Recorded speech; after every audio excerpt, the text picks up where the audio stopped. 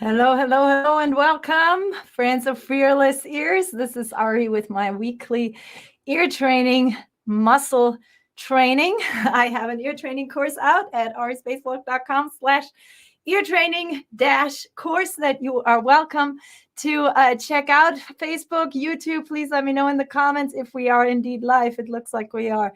Okay, a very warm welcome. So if you are a bass player, if you are looking to train your ears, actually, if you are a bass player, you are looking to train your ears, whether you know it or not, but that is what we musicians do. And I teach a variety of different courses, have a variety of different, very well thought out approaches about playing the bass.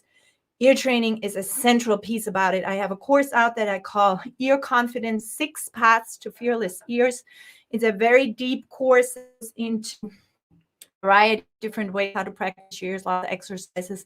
And I invite you all to check it out. It is still available for only $99 at arispacewalk.com. Ear training course, this direction. Okay, very warm welcome. Let's get started. Let's get the ears warmed up. What I love to talk about when it comes to ear training is I love to talk about the emotional aspect of sounds, and the sound classes is one way how I like to help people organize their hearing and also become more aware what effect musical aspects have, because as a musician, you are creating a palette, you're creating a mood, and understanding how you actually, in fact, doing that can be very helpful to your musical expression. So what I like to show you is my 3 sound classes that I like to call harsh or tense, pretty or romantic, and open. And today I'm going to talk about 2 different open sound classes. Listen to this one. That's the octave. Also listen to this one. That's me and the piano playing the exact same note. Now, the piano, by the way, would read this C. I'm hitting the 5th fret on my G here. Would read this C as middle C, right? However, if you listen closely, that's an octave, right? That's me playing middle C, reading it on the bass. This is me playing middle C, reading it on the piano. That's an octave apart, and that is no accident. We as bass players are transposing readers. You know this.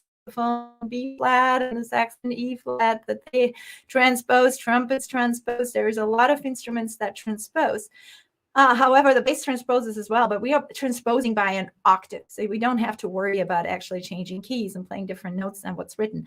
We are just transposing by an octave. Why? Because if we didn't, we'd be reading tons and tons of lateral lines. So, but just to know, when you are reading this note and the piano player reading this note, you're an octave apart. If I want to make that piano player catch up to me, piano player has to go down an octave now. It is, in fact, the same note. And now it is called a unison. Unison means 2 instruments are playing the exact same notes. I can also play a unison on the bass. On the piano, I have no such luck unless I have 2 pianos in the room, because there is only one middle C per customer on the piano. This has advantages as well as disadvantages, actually. It makes reading a little bit easier, because if you see a middle C on the staff, there's your middle C. So there's that. That makes it easier. However, it is there are other advantages on the bass, because we can move things up and down. Let me see if I can get a little bit better internet here, folks. And then I want to ask you, who remembers what the other open sound class was?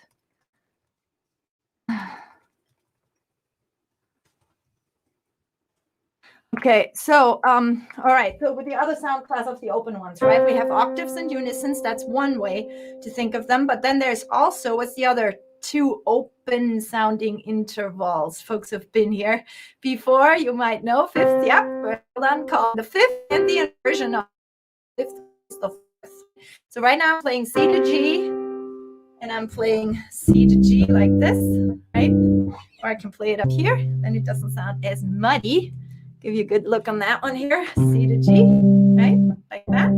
And if I play C to G like this, it's a 5th. If I play C to G like this, it's a 4th. It's the inversion, right? So I'm not in any particular key right now. I'm just playing G to C, which is a 4th. Whenever you go straight across on the same fret, it's a 4th or 5th. Okay, now I'm going to quiz you between those different open sound classes, octave or unison or 4ths or 5ths. There we go. It's that one. Try so you can't see. Octave, fourth or fifth, or unison. I play them 3 times. Here it comes. That's an octave. That's an octave. Contrast that with the fifth. Right? These two, you could potentially mix up a little bit. It might not seem like it when you hear them clean as day, like this back to back. However, in a band situation, when somebody plays an octave, actually, when somebody plays one note, this note is contained in this. That's the reason why we hear it the way we hear it. This is not a sine wave, which would be just a clean sound with nothing in it. But this thing has a bunch of overtones in it, and one of the sounds that's in it is this one. Right? So that's why sometimes fifths and octaves, we can kind of, I know some people who think they can't sing. And what they do is you ask them to sing that note, and they sing, ma, ma, ma, ma, ma, ma, ma. And then people go, oh, you can't sing, bad voice, what have you. Not so fast. What that person is singing is a tone inside of this tone. Maybe you're way off. Okay, that's possible too. But before you dismiss your ears too much, go, maybe you're singing the overtone. La, right? And that means you're singing the fifth. So you're singing an information that is inside that tone. You might not be that far off. Okay, I'm going to give you one more example of this business. How about this one here? Fourth, fifth, or octave. Fourth, fifth, or octave. Last time.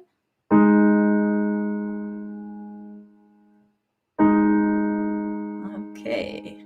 Here comes the reveal. This would be a fifth. Play that to the octave. Okay. Now I want to tell you something. We sometimes have we sometimes hear the fourth as a 10th sound class, though it kind of is. It isn't. If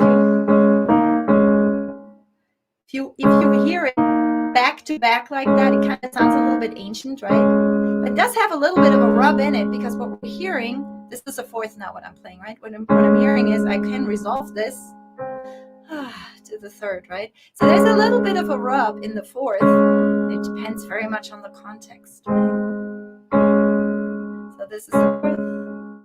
This is the version of the fifth, right? So listen into the sound. When you hear this, this is the fifth. This is the fourth. They're related. All I'm doing is I'm taking that upper note and put it down the octave. If you want to see this again on the bass. So what I played right now is this. So that's what I played. D flat to A flat, right? That's a fifth. If I take that note up on top and put it down the octave, I get this. People often say to me, but Ari, that's the fifth too. Well, it's the fifth if you're on D flat. I'm not in any key right now. I'm just totally free floating 2 notes, right? If I'm in D flat, then yes, this is the fifth scale degree, but this interval is still the interval of a fourth. Whenever you do this on the fretboard, that is a fourth. No ifs or buts or nothing. In the context of D flat, is the A flat the fifth scale degree? Of course it is, right? So 1, 5, 1, if I am in the key of A flat. But if I were in the key of A flat, then this D flat would be the fourth. You with me? They're inversions of each other. Often causes confusion, but is an very important concept to know, because if you understand your inversions, you already have so many more options of interpreting any kind of groove you're playing. Because if you're playing a groove ascending and you understand your inversion, then you can also play it. You already had a different flavor, right? So there's, guys, got a question. It's a little warmed up, yes. Got a question in. It was on my Facebook group, so I want to go into that a little bit because it's a beautiful question, just a gorgeous question. Where's my track that I prepared here? Okay, it's going to be slow rock. Here comes the warning already. So simple question with hopefully a simple answer. For example's sake, I don't have the name of who asked this, but it's on my Facebook group a couple of days ago. So I apologize that I didn't write down your name. For example's sake, I'm playing a 1-4-5 progression. Say I land on the root of the 5 chord. So he's playing a 1-4-5 progression. I'm going to be in the key of G here. 1, 4, and my chord progression goes 1, 4, 1, 5. Okay, that's my chord progression. progression. And but it's a 1-4-5 chord progression. Say I land on the root of the 5 chord. So he's here because that's my 1, that's my 5. But I want to play like a turnaround back to the 1. Do those notes in the 5 chord come from the 5 chord or the 1 chord? So I want to be a little careful here. The short answer is, and you can never go wrong with that, if the chord says G5, think your G triad, or think, if you want to, G mixolydian, or just think the context of this thing is C major, so you just think C major, and to me it's a pattern. To me this is a shape, right? So I can just play notes out of this shape in whatever order I want to, and there's some awesome stuff you can do. But the short answer is you are in the context of the chord. There might be some considerations of, I want to be careful with this answer because oftentimes people are a little bit sloppy, I'm not saying you were, but when they talk about reharmonizing. Jazz often does that. They take a 1 chord and there's, let's say, 2 1 chords back to back, and the jazzer will make the 1 chord before that one a 2-5, and then it goes to the 1. Or the second 1 chord, depending on where it goes, the second half of that chord has a quick 2-5 turnaround to the next chord, right? You want to be very careful with these things. They work very well in certain styles. They don't work very well in other styles. Sometimes when we begin learning this, we want to reharmonize and stick extra stuff in all the time. It doesn't necessarily make it better, though it's helpful to understand reharmonizing, tritone substitutions, putting in an extra 5, right? You can put an extra 5 in. So I just want to be very careful as I answer that because there is so much more to it, right? So when you have your 5 going to the 1 chord, I could go 5. You know, I could go 1 chord to the 5 chord, and I could, if I wanted to, 2, 5, 1, right? I could stick a quick 2 in there, or like in this half of 1, I'm adding a D7. 1, 2, 3, 4, 1, 2, 3, 4. That's not substituted. 1, 2, 3, 4, 1, 2. Here comes the substitution. 1, 2, 3, 4, 1, 2, 3, 4. So what I'm doing is I'm creating a quick 5 to the G, which is D. What's the 5 for G? It's D. So you could go all sorts of ways with this question, right? I believe the main question was, while it says 5 chord, and I want to go back to the 1 chord, which notes do I use? The short answer, the notes from the 5 chord. But how exactly do that? Is it different for 5 chord? I don't think so. I think it's applies pretty much across the board and always depends on what you want to do musically. There were some great answers to this question, by the way. A couple of people chiming in and saying, you know, there's a lot of options there. So I thought in today's ear training class, I will show you just a little bit of what you can do. What's my track here? Oh, actually it's in G. All right, switching keys now. I'm in G now. Key of G. That's my key of G. And now I'm going between the 1 chord. I have 2 bars of each chord in this chord progression.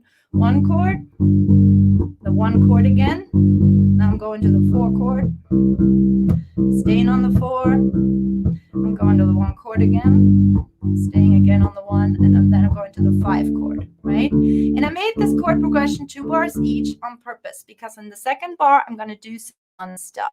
As you know, I like to always have a concept in mind. That might sound awful brainy, but it's actually very, very interesting to go into a little bit. So here is me playing a groove and then playing the second bar of my 2 bars each chords using scalar fills, okay? Which scale am I using? Well, this whole thing is in the key of G, so I'm just using G major. You might say I'm using G major or G Ionian on the 1 chord. I'm using C Lydian on the 4 chord. I'm using D mixolydian on the 5 chord. Sure, if you want to think that extra step, be my guest. But what is C Lydian? G major starting on the 4. What's D mixolydian? G major starting on the 5. So you might as well just think G major over the whole damn thing and just place your roots and chord tones accordingly to hint towards what each chord change does. But the whole thing only happens with 7 notes, and they are G, A, B, C, D, E, F sharp, and G. Here I come. Here comes play. It's a slow rock and it's iReal Pro, so you know, I've got to work with it. Now fill. I was using, sorry, here we go. Let's see. I was using the entire scale. And I ended up playing Lydia, but I was just in G major, right?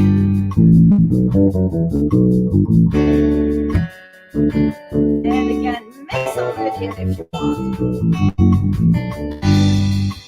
So I was mostly using scalar snippets or the entire scale. This has a certain effect.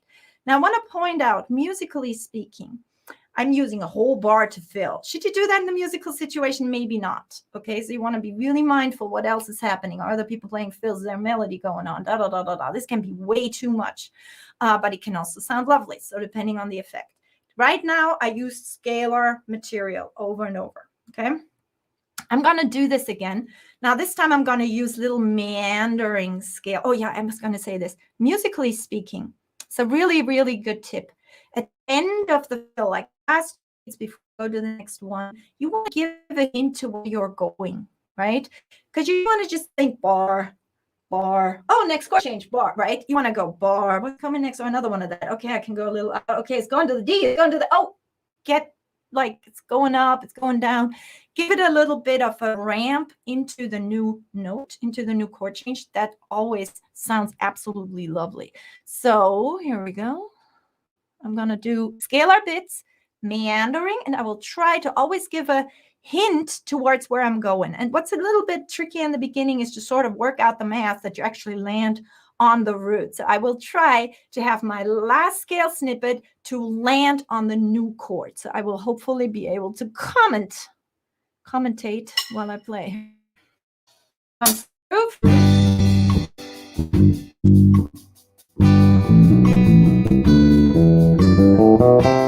I was leading up to the C. Little scale bits meandering.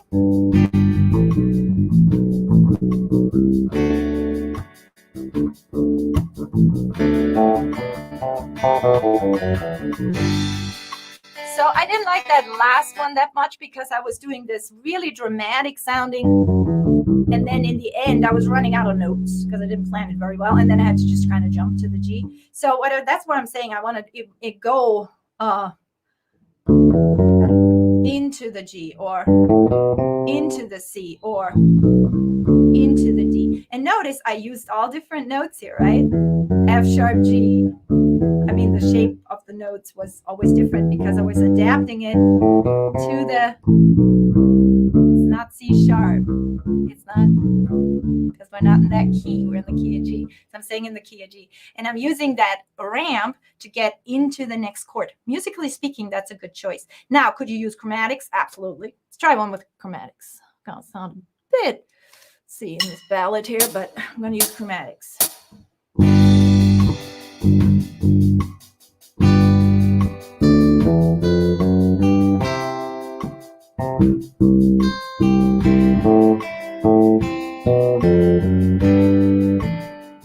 That doesn't come very natural in this context, I have to say. Maybe this.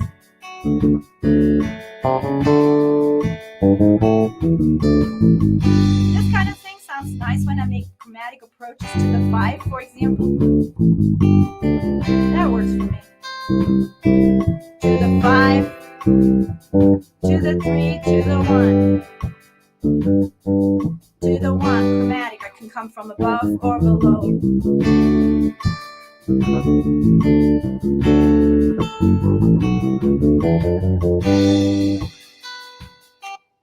So you can use chromatic notes if you plan them so that you land on the next root.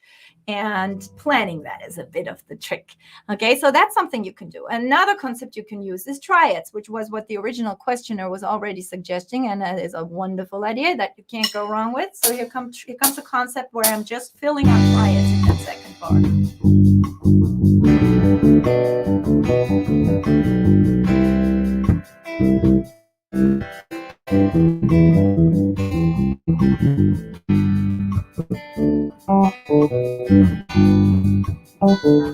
I'm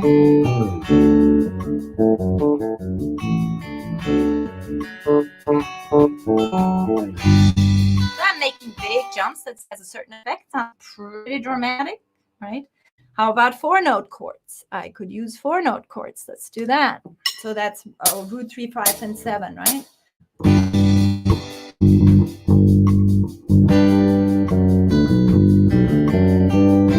Jazzier immediately, right? Only 4-note chords, 4-note notes out of the 4 notes. Root 3, 5, 7. It's all I'm using.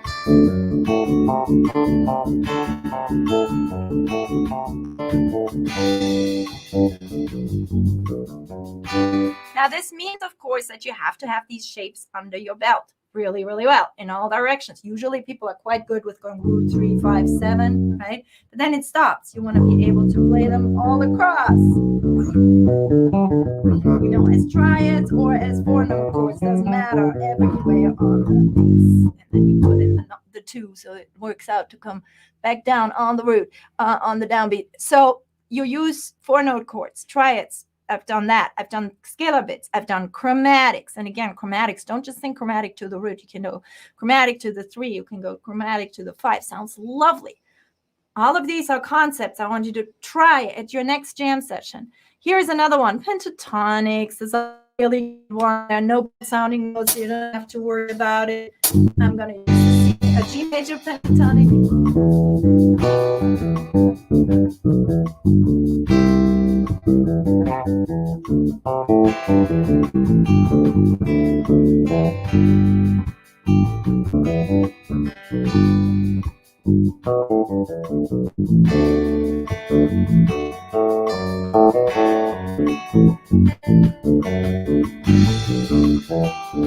It's kind of playing very freely. Do this like just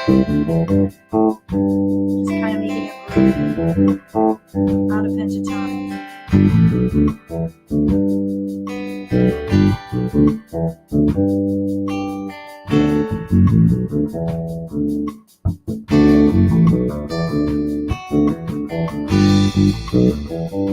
So when I play these pentatonics, I'm playing G major pentatonic. I'm playing pentatonic, pentatonic, D major pentatonic, right? And if you know my little mnemonics, that would mean you play the hexagon, you play little box, big box, and you play big box, little box, all in one shape. If you want to stay in one shape, I like to give myself the assignment sometimes to stay in one place on the bass.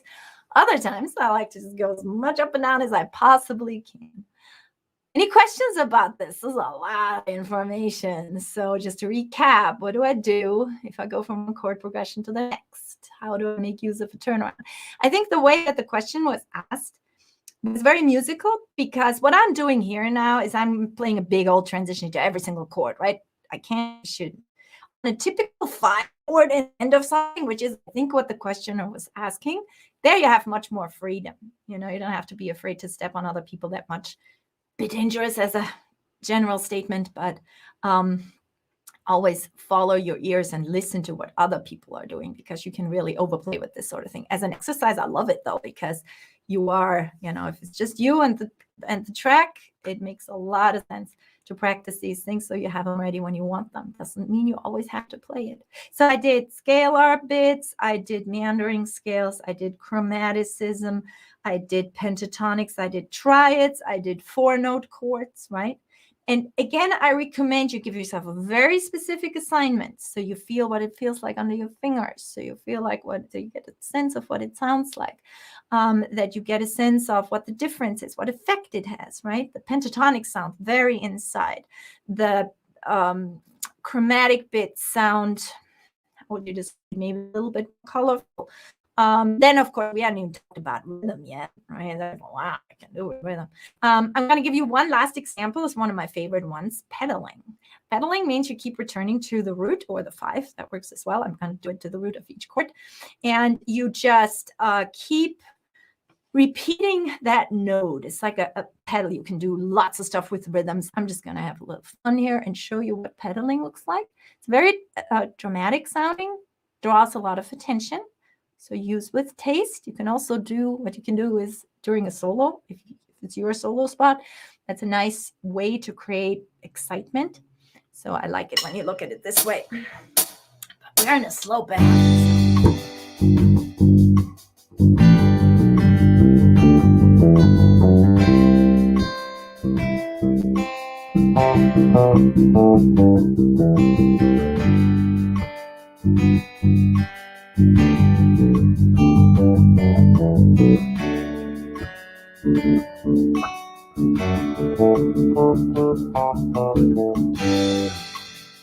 That's pedaling.